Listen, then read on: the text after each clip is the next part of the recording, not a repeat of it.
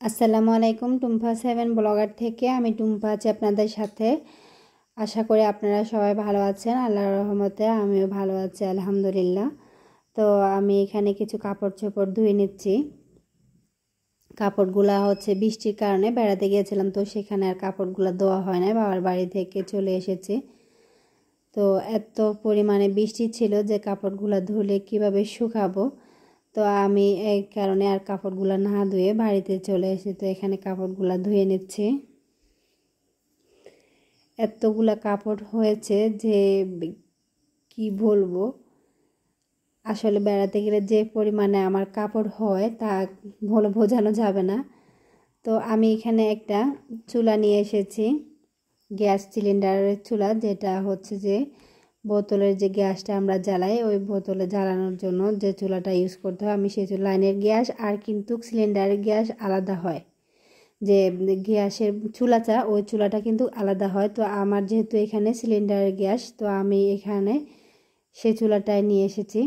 এখন এখানে আমার আগের যে পুরাতন চুলা ছিল, তো সেই চুলার থেকে আমি এখানে কি করছি, রেগুলেটরটা খুলে নিচ্ছি। এখন আমি এই রেগুলেটরের ভিতরে পাইপটা লাগিয়ে নিব। একটা পাইপ নিয়ে এসেছি নতুন।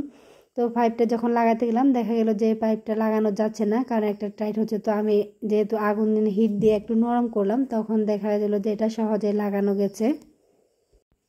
এটা আগুনে একটু তাপ দিলে যখন নরম হয়ে যায় লাগানোটা অনেকটা সহজ হয়ে যায়। তো আমি এটা লাগিয়ে নিয়েছি। এখন এখানে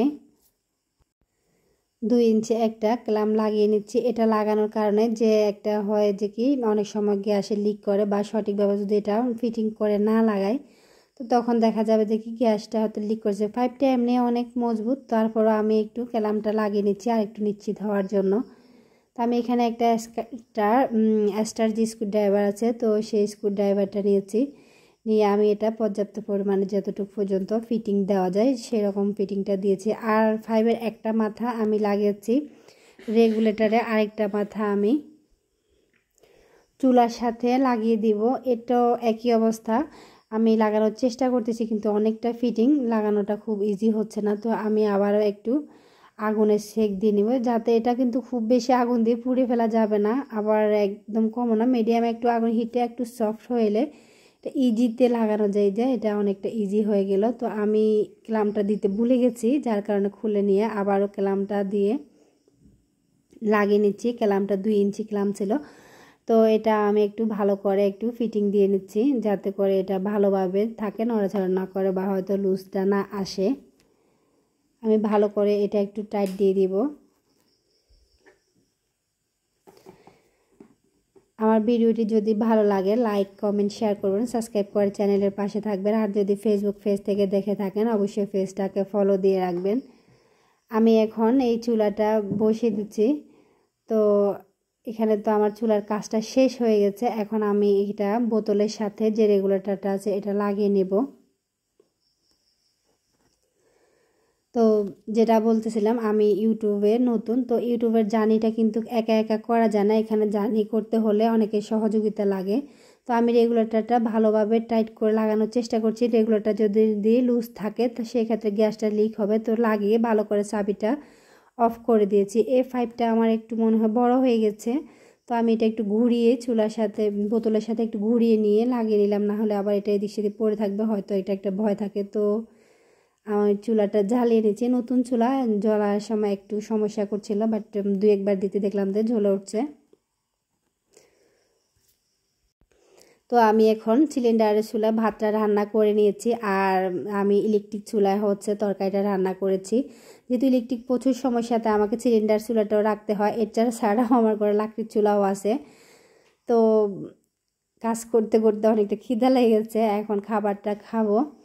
আর বেশি কিছু রান্না করা সম্ভব হয়নি, যেহেতু একটা জায়গা থেকে বেড়াতে গিয়েছিলাম বাবার বাড়িতে, ওখান থেকে এসেছি, কাপড় ধুলাম, তারপরে যে কি আরও অনেকগুলো কাজ করতে হয়েছে, সবগুলা তো আর ভিডিওতে শেয়ার করা যায় না, সবগুলা আর শেয়ার করলাম না, যেটুকু সম্ভব শেয়ার করেছি। আর রান্নাটা করে নিয়েছি, আমি আর ছেলে মেয়ের সহ একসাথে খেতে বসছি, সবাইকে দিয়ে দিচ্ছি, সাথে নিজেও একটু